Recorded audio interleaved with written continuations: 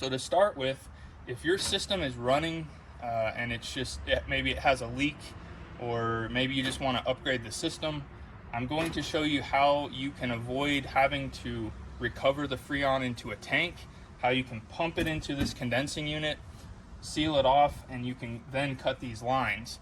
And then you can do whatever you want with the condensing unit. You can throw it on KSL, Craigslist, whatever, Facebook, and someone will come. They'll probably pay you 20 bucks to pick up the old condensing unit, and it's as easy as that.